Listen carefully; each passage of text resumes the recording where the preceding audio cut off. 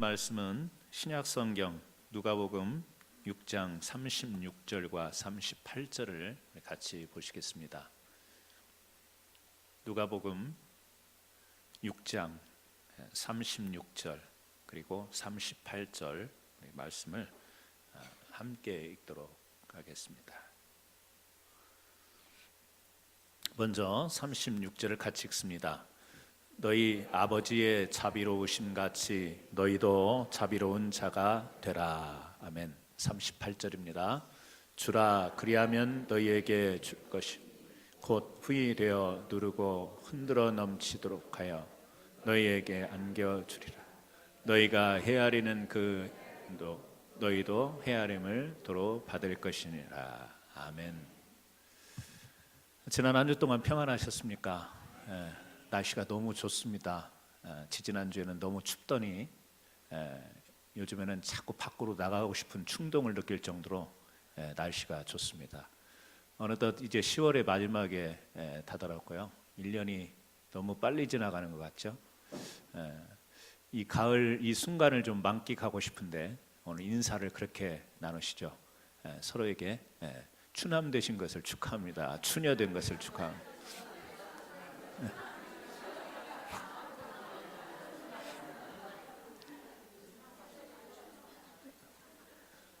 똑같은 단어인데 어떤 의미로 인사하느냐는 전혀 다른 인사가 될 수 있을 것입니다.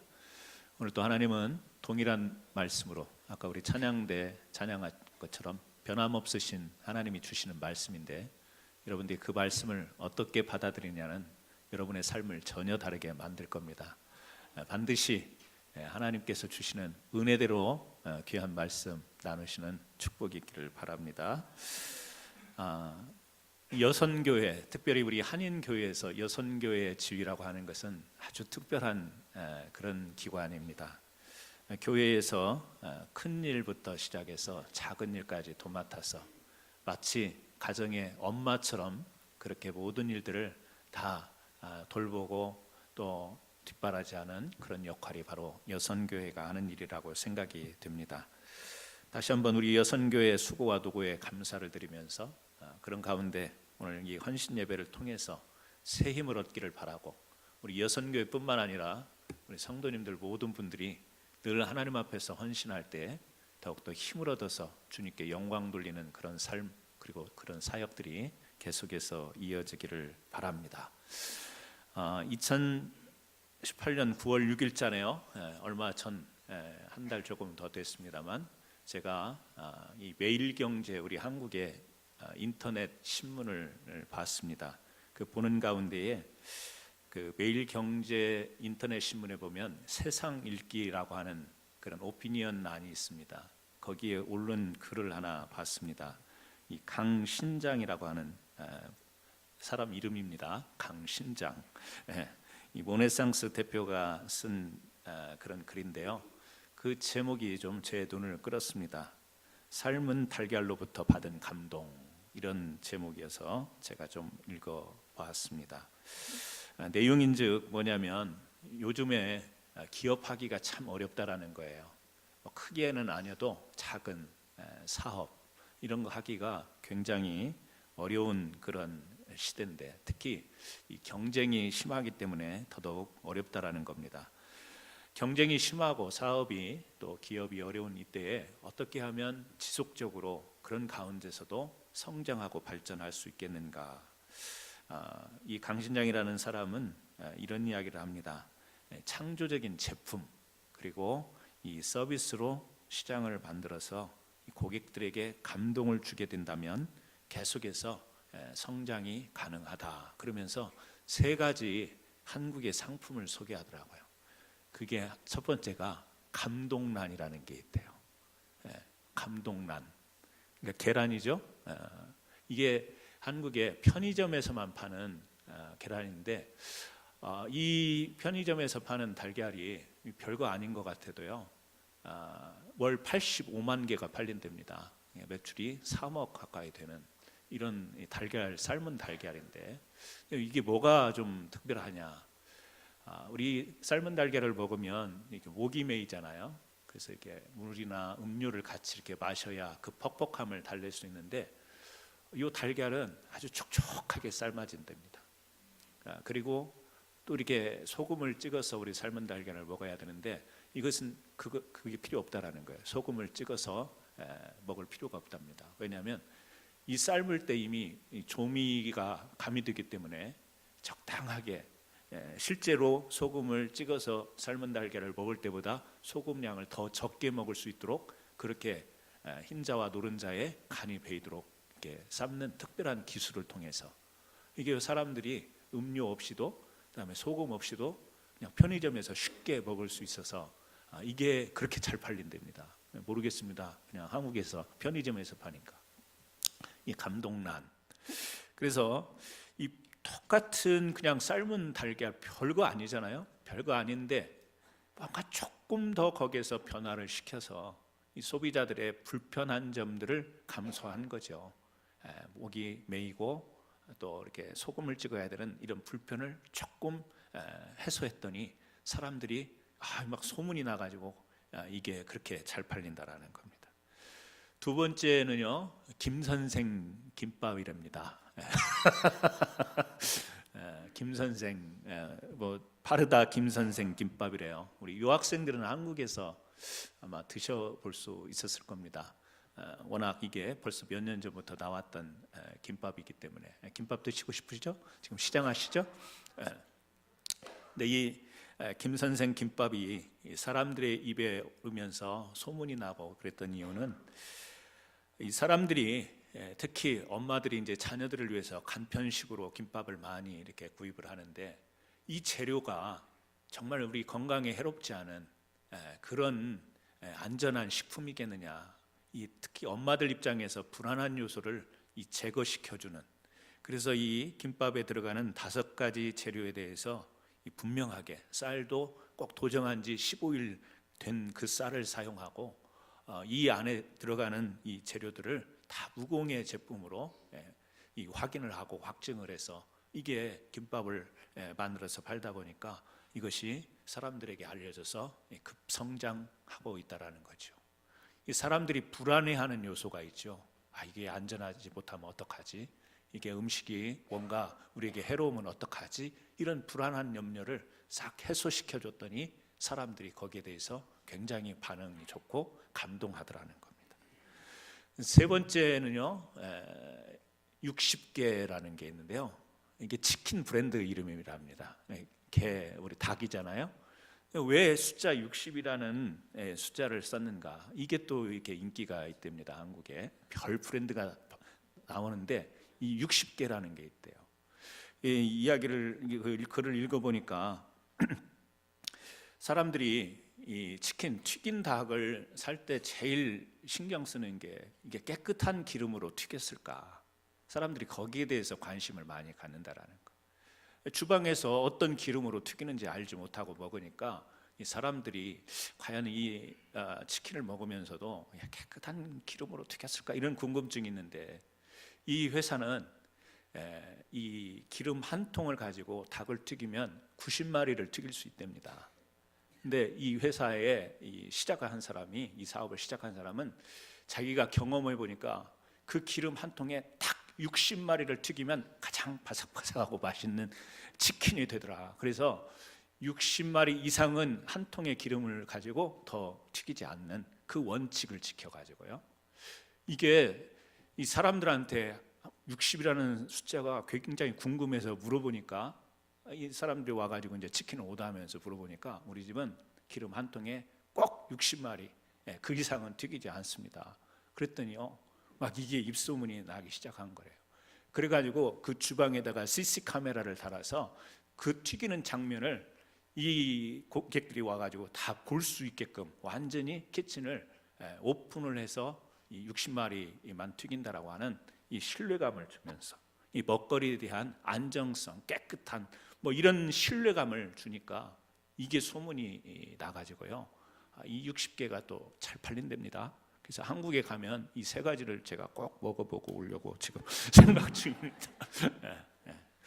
여러분, 일상에서 먹거리예요. 뭐 치킨 우리가 주변에서 자주 먹지 않습니까? 김밥 자주 먹는 겁니다. 달걀, 삶은 달걀 별거 아닙니다. 그런데 사람들은 그 작은 것을 통해서도 사람들이 이 감동을 받는다라는 거죠. 어떨 때 감동을 받습니까? 신뢰할 수 있을 때, 그리고 이것이 나에게 해롭지 않고 유익이 된다라고 그런 확신이 들면 사람들은 거기에서 작은 감동을 느끼게 된다라는 겁니다. 요즘에 많은 사람들이 이 감동에 목말라 하는 것 같습니다. 먹는 거 하나조차도 우리가 감동스럽게 먹지를 못하고, 이 세상이 너무 불신할 수밖에 없는 것들로 에워싸있다 보니까 이 작은 것만 조금 변화가 되고 작은 것만 믿을 수 있다면 사람들이 감동받는 그런 시대가 된 것이 아닌가, 그렇게 생각이 되어집니다. 여러분, 우리 신앙에도 이 감동이라는 게 필요하지 않습니까? 이 감동이라는 말 자체 뜻이 뭐냐면 깊이 느끼며 마음이 움직이는 것. 마음속 깊이 이 마음이 움직여지는 거죠. 깊은 이 마음속에서 움직여지는 것. 뭐 감동이라는 표현을 구체적으로 사전적 의미로 설명드리지 않아도 우리가 일상에서 이 감동이 무엇인가는 늘상 겪고 살아갑니다. 여러분, 하나님을 향해서도 우리 마음이 움직여야 됩니다. 그리고 하나님께서도 우리의 마음을 움직이도록 주님은 여러 가지 방편으로 우리에게 감동을 주시죠. 그래서 하나님의 말씀도 감동으로 쓰여진 말씀이고, 이 감동된 말씀이 우리에게 다가올 때 우리가 그 말씀이 나에게 주시는 말씀, 레마의 말씀이 될 때 우리가 감동을 받는 것이죠. 또 우리가 사람들과 관계 속에서도 서로 마음이 움직여야 됩니다. 감동적인 교제가 필요한 것이죠. 또 교회 안에서 우리가 헌신하는 사역들도 이 마음들이 움직여져서 그 일들을 해야 우리가 진정한 헌신이 될 수 있는 것입니다. 특별히 오늘 우리가 선교의 헌신 예배이기 때문에 우리 성도님들이 기관에서 열심히 아름다운 믿음의 사역들을 감당하고 있습니다. 이왕 우리가 하나님의 이름으로 행하는 이 사역들이 하나님께 영광이 되고 또 많은 사람들에게, 더 나아가서는 세상에게 감동을 줄 수 있는 그런 믿음과 그런 사역들이 펼쳐지면 더 좋겠다라는 생각에 오늘 이 말씀을 좀 같이 나누려고 합니다. 어느 때 우리가 감동을 전할 수 있는가? 첫 번째요, 요청한 것보다 조금 더 해줄 때 우리는 감동을 줄 수 있습니다. 이 미국의 자기개발 전문가인 스티브 챈들러라는 사람이 있습니다. 이 스티브 챈들러라는 사람이 리치웨이라고 하는 책에서 사람들에게 감동을 주기 위한 한 방법을 이야기합니다. 사람들에게 감동을 주게 하기 위해서 어떻게 해야 되는가? 이 책 속에서 이 한 구절을 이야기합니다. 누가 당신에게 무엇인가를 요청하면 그 사람이 요청한 것보다 그저 조금만 더 해주라.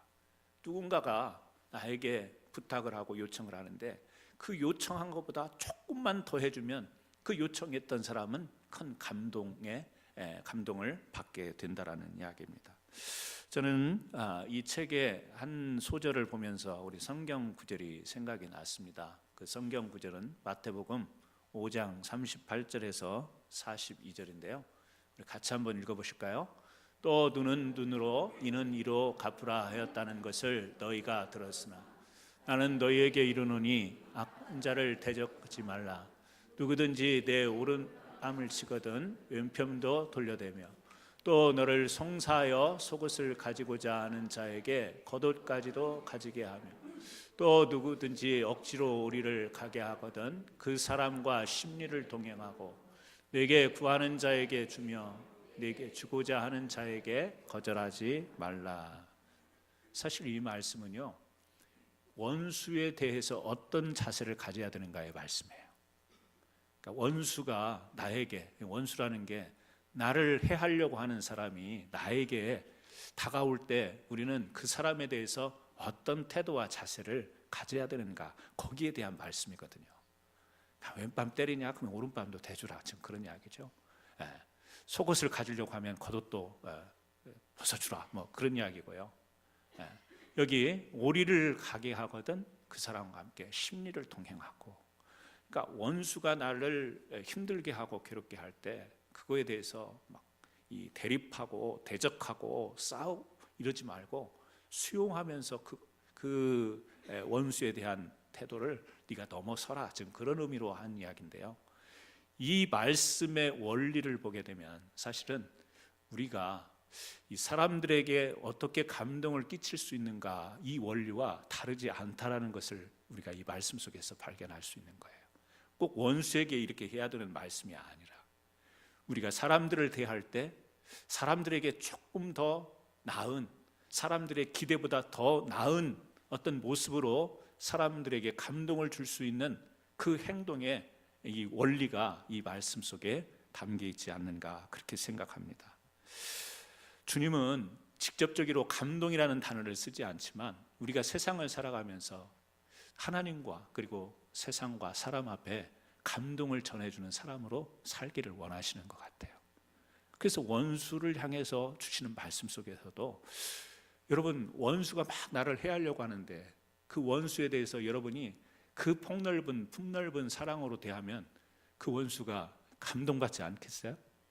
쉽지 않은 일이겠지만 여러분, 이 안에도 겉으로는 대적하지만 속으로는요, 이 사람이 이렇게 나와야 되는데, 대적해야 되는데, 싸워야 되는데 왜 이렇게 나오지? 라고 할 때 여러분, 그 깨달음 그 자체가 감동이 되는 겁니다.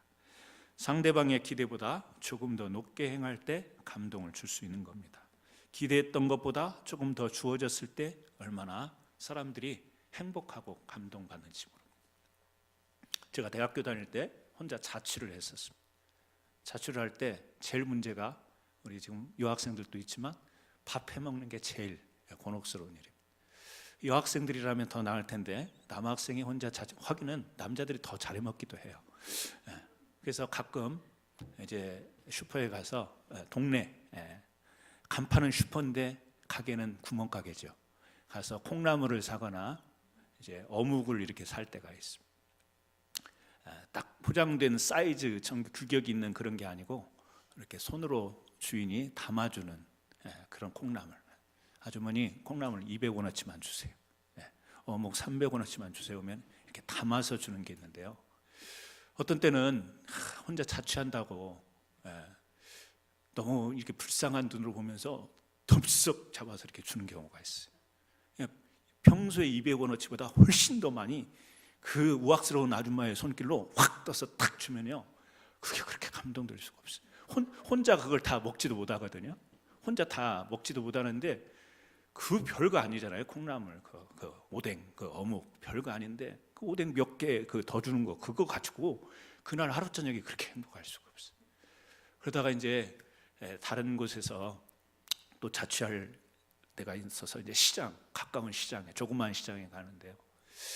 어떤 분들은 이렇게 젊은 남학생이 오니까 대부분 이렇게 긍휼의 눈으로 보고 이렇게 많이 덤으로 줘요. 이렇게 한 번 주고 좀 더 가져가 그러고 막 이렇게 퍼주는 거 있죠. 너무 좋은 거예요. 근데 어떤 사람은 거기에서 연출이 나와요. 아유, 학생에게 더 줄게. 그런데 딱 한 번 더 주고 또 주는데 보면은 콩나물 3개, 2개. 그러니까 손동작으로 보면 많이 주는 것 같아요. 몇 번을 주는 것 같아. 근데 보면은 3개, 2개 이러고 연출이에요.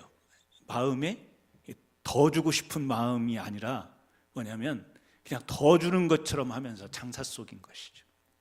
자취 생활을 오래 하다 보니까 이게 파악이 되더라고. 그래서 눈을 자세히 보는 거예요.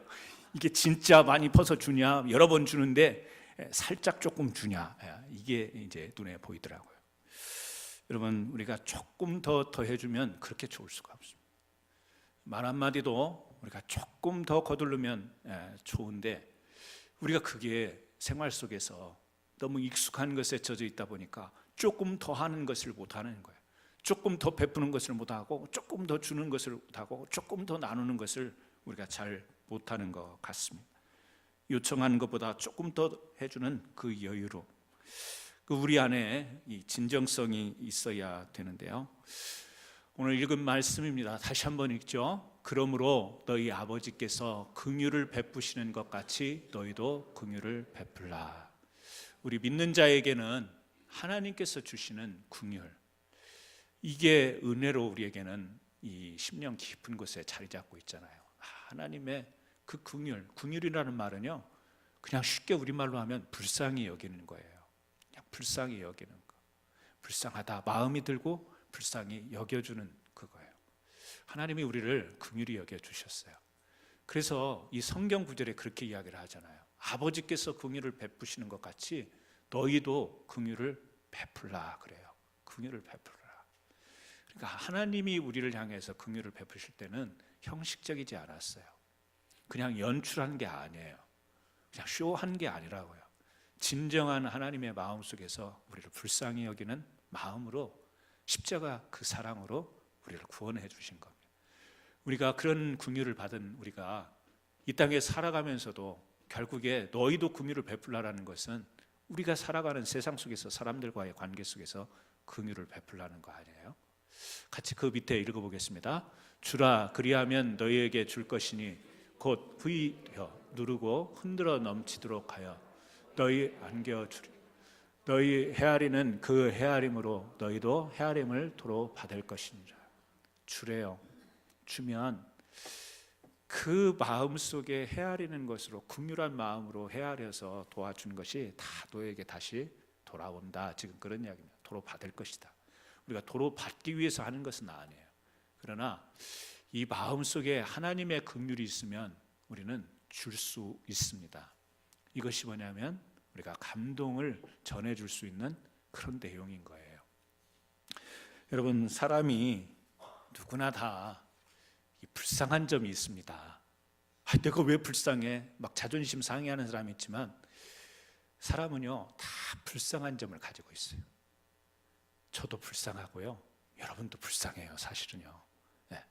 나는 불쌍한 거 없어. 내가 왜 사람들한테 자존심 상하게 불쌍해? 아니에요. 불쌍하다니까. 그냥 불쌍하다고 하면 불쌍한 줄 아세요. 여러분, 인생이 그래요. 우리가 열심히 살고 출세도 하고 돈도 많이 벌고 이래도 사람 한 구석에 이 불쌍한 것들이 다 있다는 거니까요. 우리 어린 자녀들도 불쌍하고요. 인생을 굉장히 오래 사셔서 이 풍부한 인생의 경험과 경력을 가진 분들에게도 불쌍함은 있는 거예요. 그래서 우리가 서로 그런 존재임을 알기 때문에 저 사람이 뭐가 불쌍해? 이런 말을 우리가 쉽게 하는데요, 아니라니까요. 그 사람 속에 들어가 보면 진짜 불쌍한 게 있어요.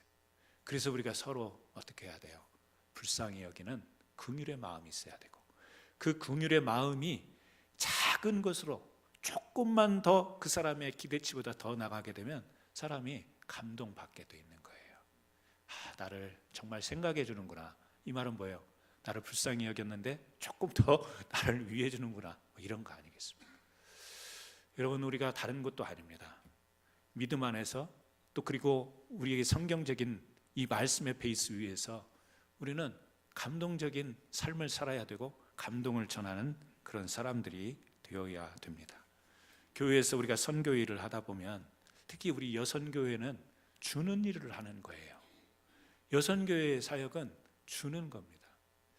뭐 준다고 하니까 꼭 음식만 생각할 것 같은데 그렇지 않습니다. 우리 여선교회가 하는 일들을 보세요.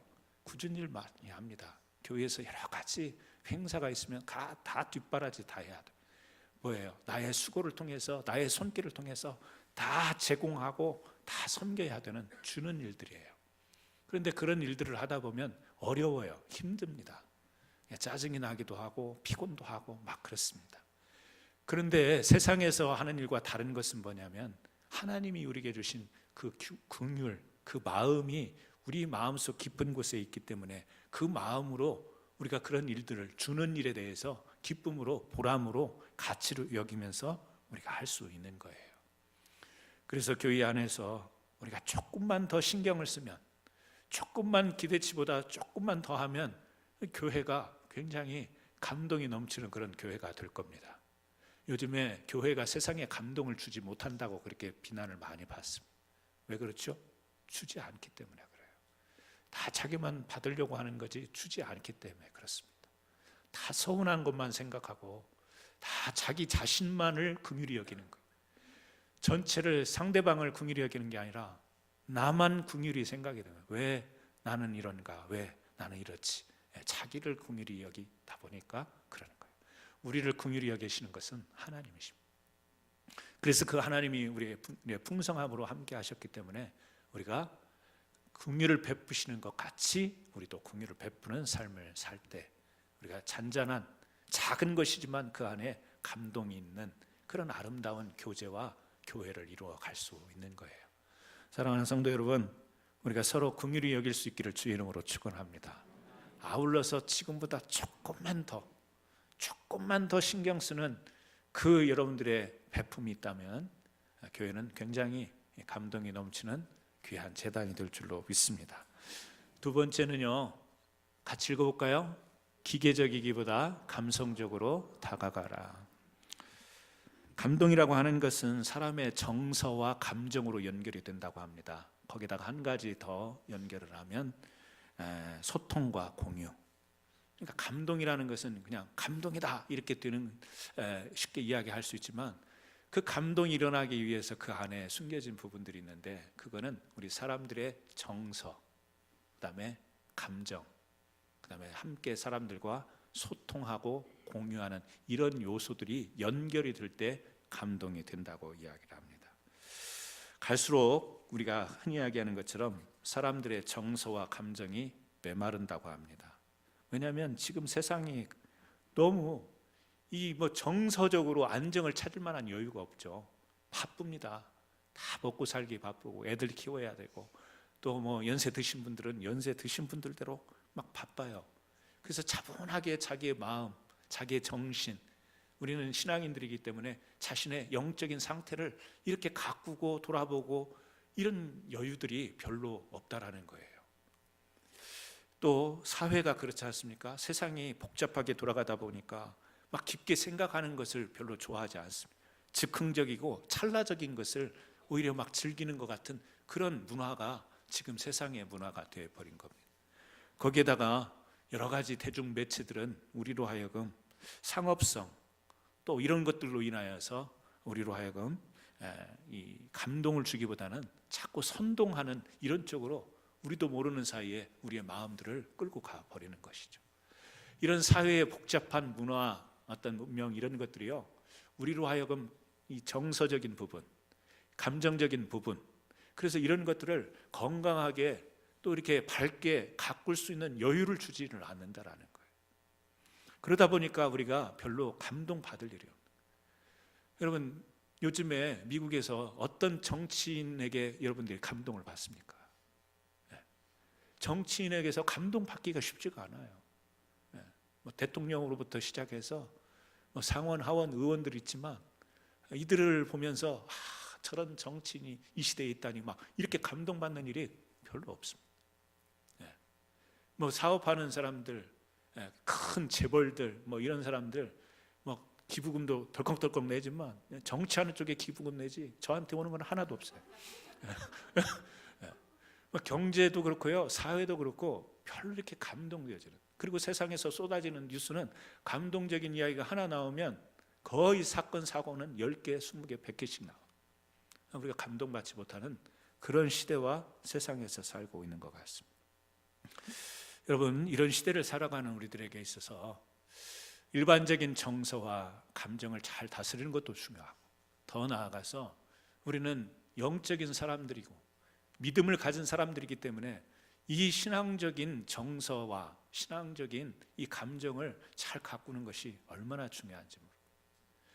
교회는 다니고 예배는 드리고 믿는다고 하면서 이 정서는 세상 정서에 찌들어 있는 거예요. 정서를 돌볼 여유가 없는 거예요. 왜?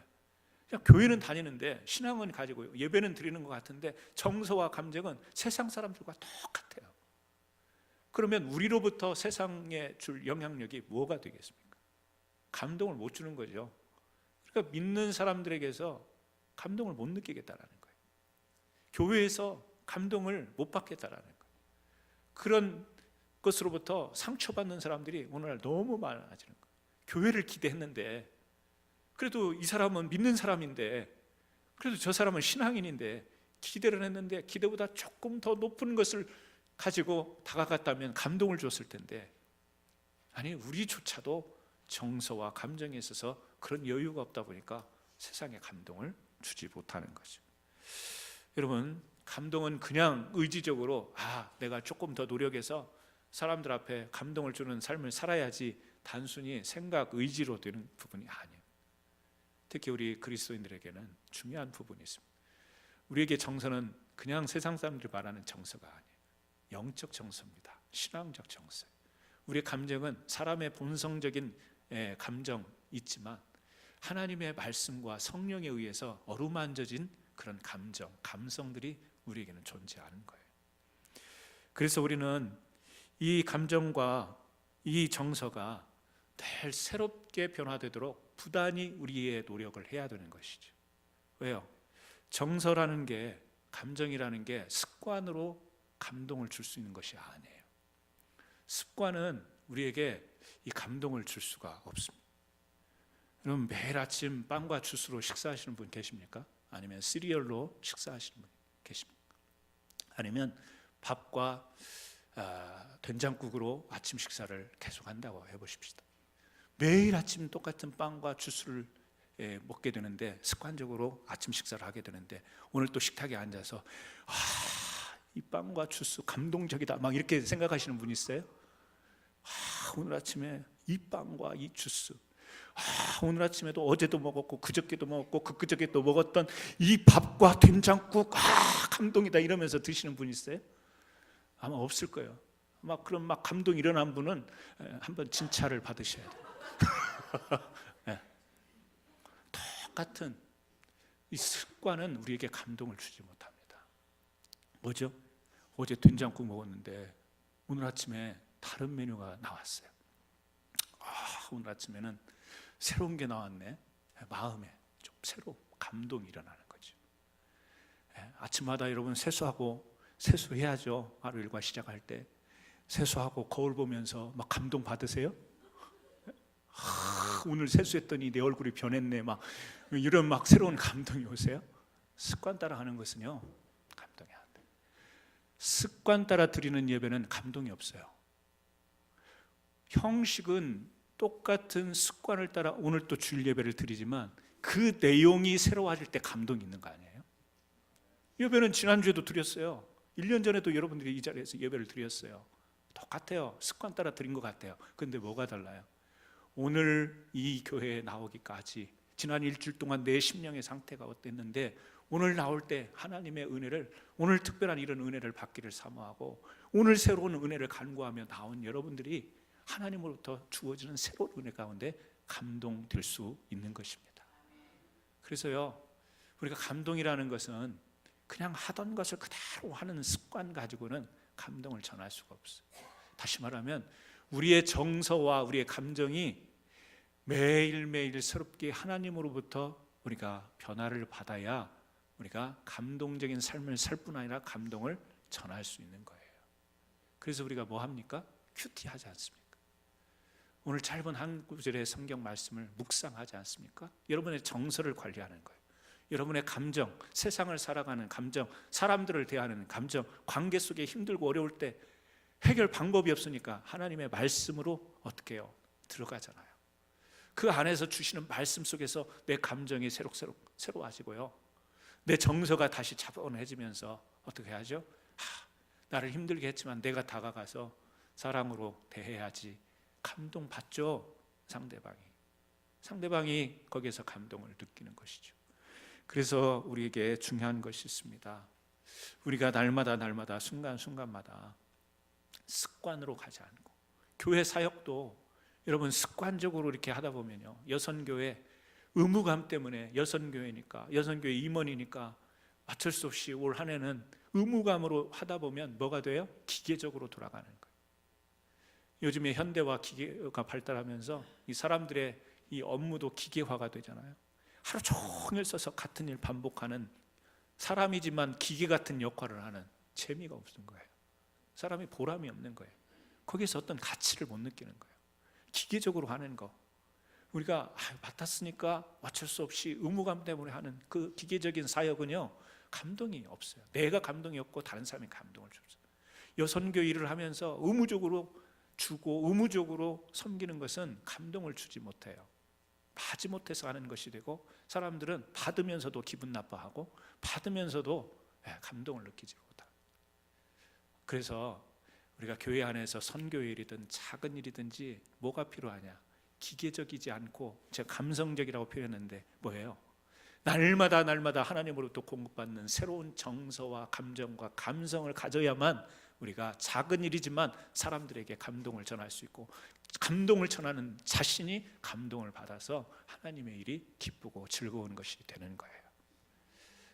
우리 여선교회 회원들 너무 수고가 많습니다. 어떤 때 보면 진짜 마음이 죄송하기도 하고 마음이 짠하기도 하고, 어제도 우리 청년 사역들을 위해서 많은 수고를 해주셨는데 감사하기도 하면서 또 죄송한 마음도 많이 들고 그래요. 그런데 어제 기계적으로 안 한 줄로 믿습니다. 기계적으로 일할 때는 표정이 달라요. 그리고 그 마음속에서 긍휼한 마음으로 할 때는 또 표정이 달라요. 근데 어제 볼 때는 제가 기계적으로 하는 모습을 하나도 볼 수 없었어요. 근데 저번에 할 때는 기계적으로 보였어요. 저번에 했던 일은 막 주방 옆에 가기가 살벌해요. 힘드니까. 왜? 육신으로 일을 하는 거죠. 영적인 일이지만 육신으로 하다 보면 육신이 피곤하고 지칠 때는 있습니다. 하지만 우리 표면적으로 드러나는 그것이 진짜는 아니겠죠. 사랑하는 성도 여러분, 감동이 없는 시대를 살아갑니다. 교회에서도 감동을 못 느낀다고 합니다. 그런데 우리 교회는 그런 것을 거슬러 올라가는 교회가 됐으면 좋겠고, 이 교회 안에 있는 우리 사랑하는 성도들은 서로에게 감동을 전할 수 있는 그런 성도님들이 됐으면 좋겠는데, 큰 것이 아니라, 큰 개혁이 필요한 게 아니라 작은 것, 조금만 더 기대치보다 높게 한다면, 말 한마디 기대치보다 조금 더 아름다운 말을 사용하면, 위로하는 말을 사용하면, 격려하는 말을 쓰면, 또 우리가 조금만 더 필요를 채워줄 수 있다면, 여러분 얼마나 감동적이 되겠습니까? 그러하기 위해서는 그냥 되는 게 아닙니다. 그냥 조금 기대치만 맞춰주려고 하다 보면, 인간적인 그 감동만 주려고 하다 보면 언젠가는 그것이 이 기계적으로 변하게 되어 있습니다. 진정한 감동은 하나님으로부터 우리 마음, 정서, 감성이 날마다 새롭게 되어질 때 우리가 풍성한 감동을 나눌 수 있습니다. 우리 그런 사역들이 아름답게 펼쳐지는 교회 되기 바라고, 그런 우리 성도님들이 되기를 다시 한번 예수님의 이름으로 축원합니다. 기도합니다. 하나님 아버지,